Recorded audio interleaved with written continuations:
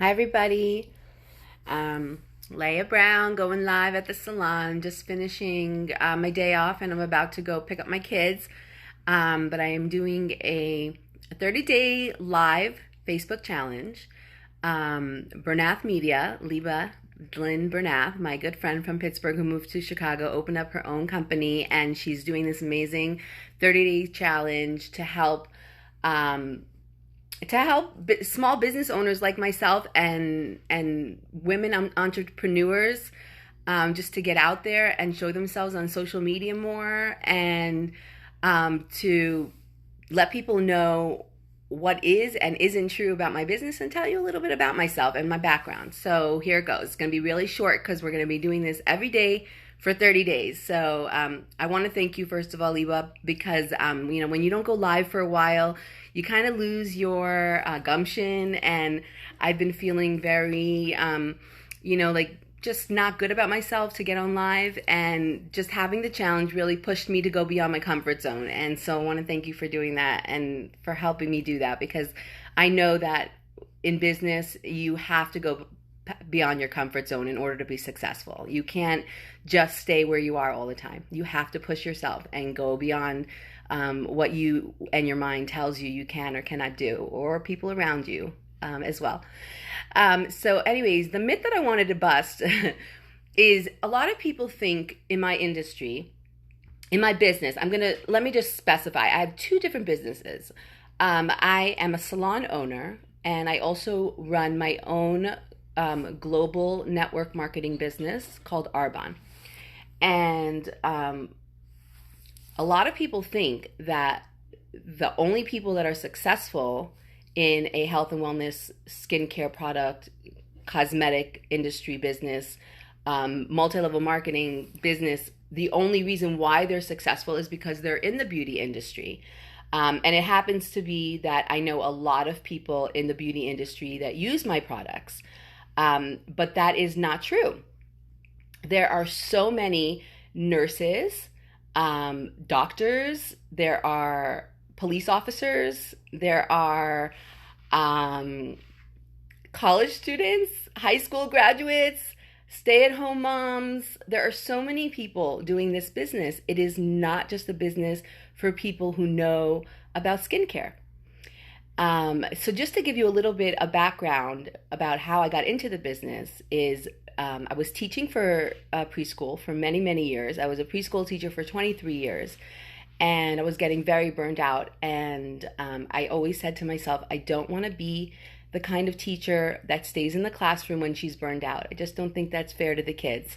So I was looking for something else to do. And the truth of the matter is, about 10 years ago, I had the opportunity while I was working in an Iowa public school to get my cosmetology license. I had a lot of time during the day because my job was to work mostly with rural kids, and parents wanted me to meet with them after farm hours, which was the evening. And so I had all this daytime, and I had my master's degree already. And I really, forever, I thought I was going to go get my PhD, and that never happened.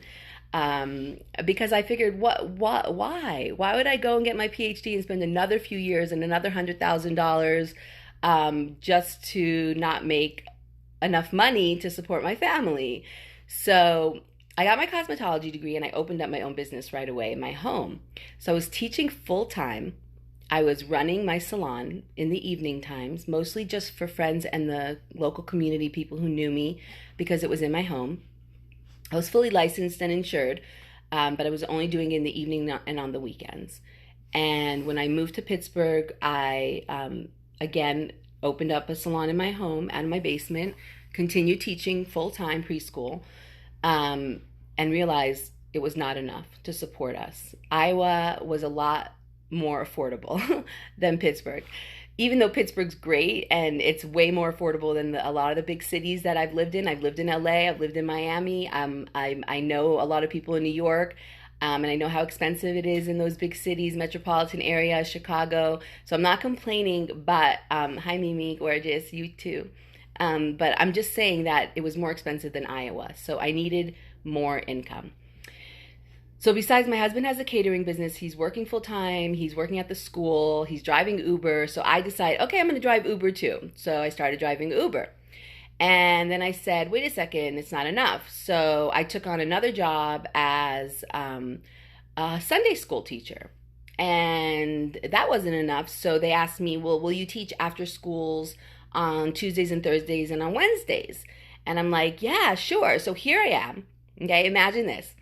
I'm waking up every morning at the break of dawn. I'm getting myself ready. I'm getting my children ready. We're all trying to run out of the house together, get to work, don't have a minute to breathe during the day because I'm in a preschool classroom. And if any of you know what it is to be a preschool teacher, then you know ratio is very important. You can't just leave the classroom whenever you feel like it. You can't just make a phone call. You can't just go to the bathroom. You can't. You're responsible for a lot of little kiddies. So I'm doing that till about 3 o'clock, 4 o'clock in the afternoon, okay? And then I'm going home, getting things ready for dinner. Thank God I have a very supportive husband who helps with all of that. But I was doing that, and then I was hopping in my car in the evenings and Ubering. Or I was in my basement working on someone's nails,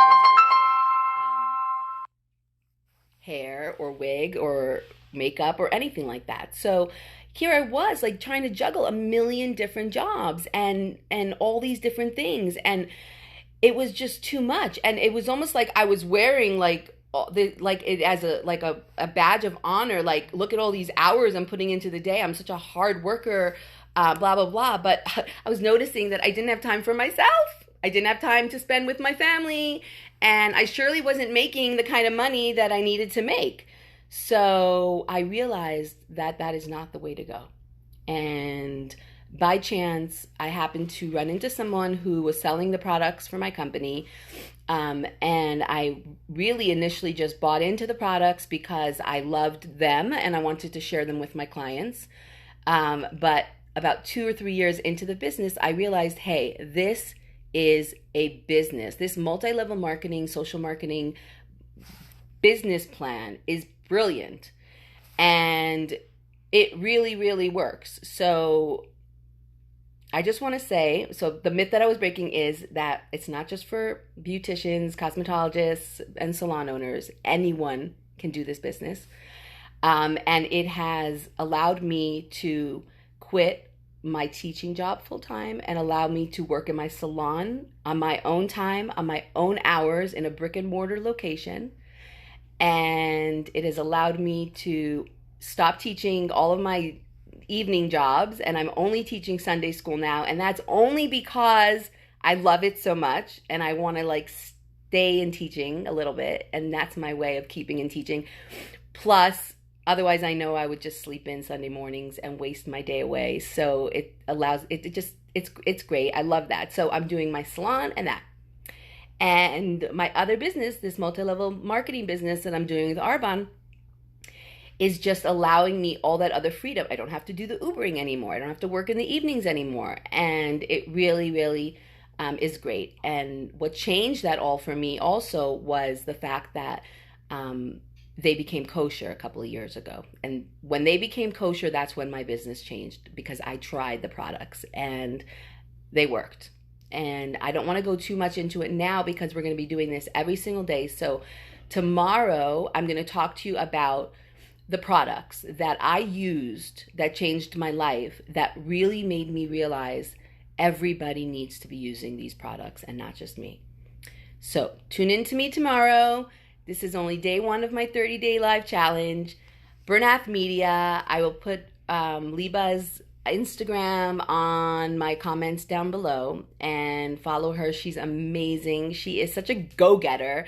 She's so young and she's so spirited, and I just love her. And thank you, Liba, for putting a little fire under my butt again, because I needed it. And I'll talk to you guys tomorrow. Have a good night. I gotta go pick up my son. Bye.